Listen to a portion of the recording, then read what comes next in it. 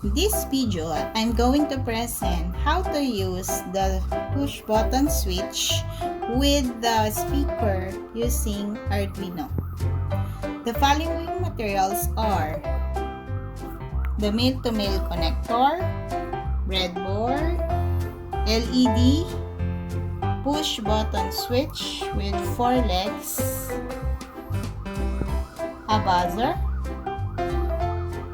2 resistors, LED, and Arduino Uno. First, let's connect the push button switch. So the push button switch legs must be connected in the middle of the breadboard.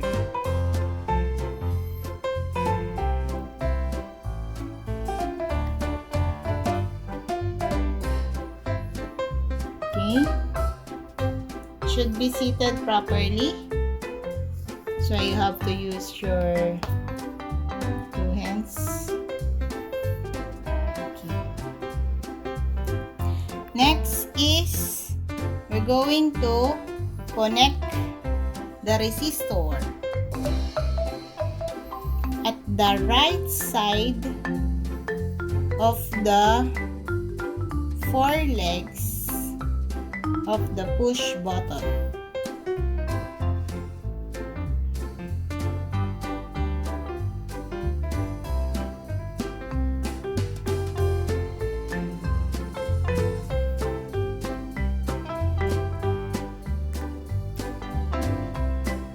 Okay. After that, this resistor that is connected to the right side bottom of the push button switch must be connected to the ground.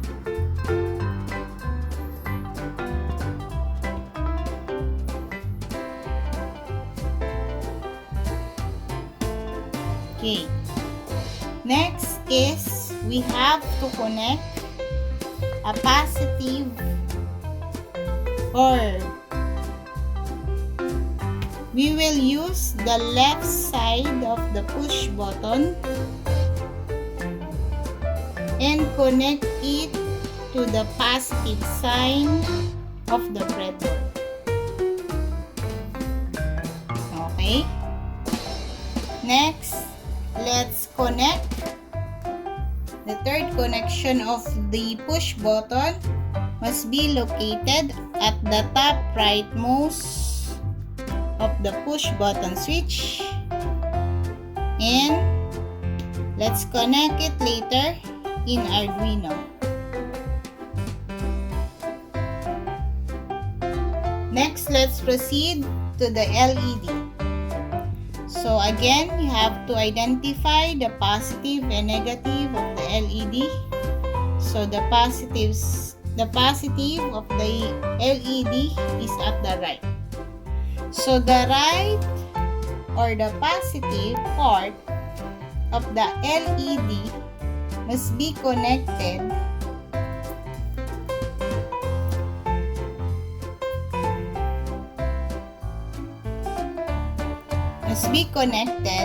with the resistor.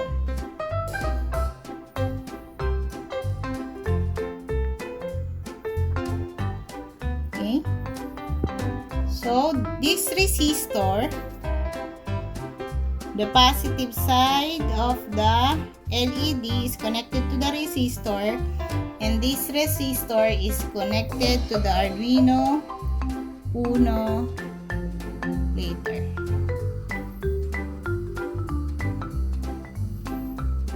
Okay.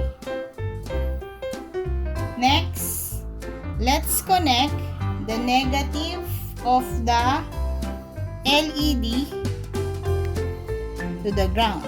So make sure this is vertically aligned to the negative side of the LED, and you have to connect it to the ground. Now let's connect the speaker. the speaker should be fitted with 4 holes on the breadboard. And then the positive is located on the left side. Okay. So there are 4 vertically aligned holes to the speaker. So the positive side of the speaker is connected on this left side. We can use the red male to male connector, so that we can connect it later in Arduino Uno. While the negative part of the speaker, let's get the negative part. So 1, 2, 3, 4. So this is the 4th hole. Must be connected to the negative side of the LED. So make sure it is connected to the left side of the LED, because that is the negative. Okay? So that is negative.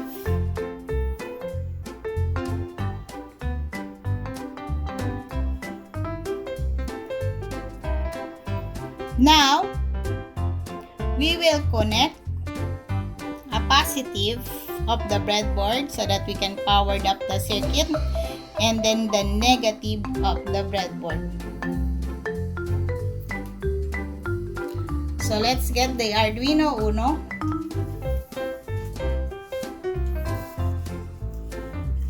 And then let's connect the positive or the VCC.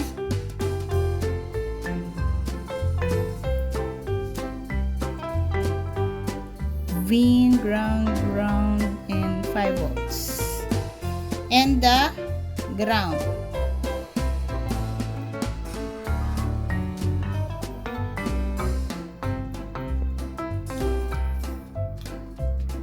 Okay. You also need to connect the positive of the speaker to pin number 6 of the Arduino board. 7, 6. Okay. Then you have to connect the push button in pin number 8.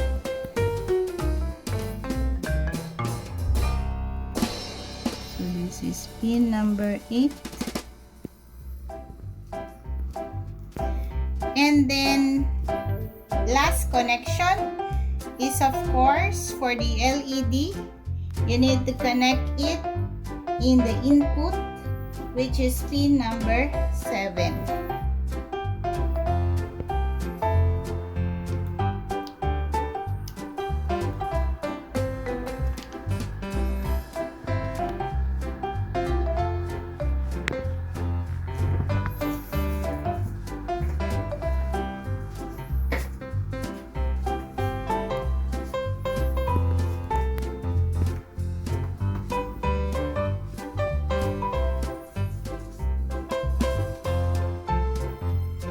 To connect the Arduino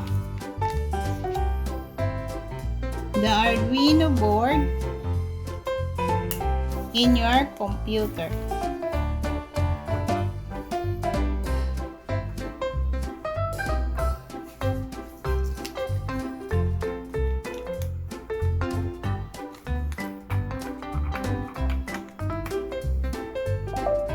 Okay, since I already verified and uploaded the code,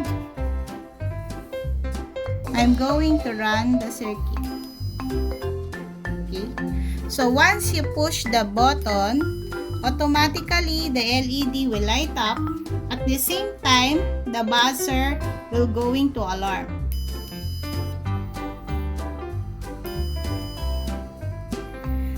So that's it. That is also equivalent to a doorbell. So that's the application of this lesson.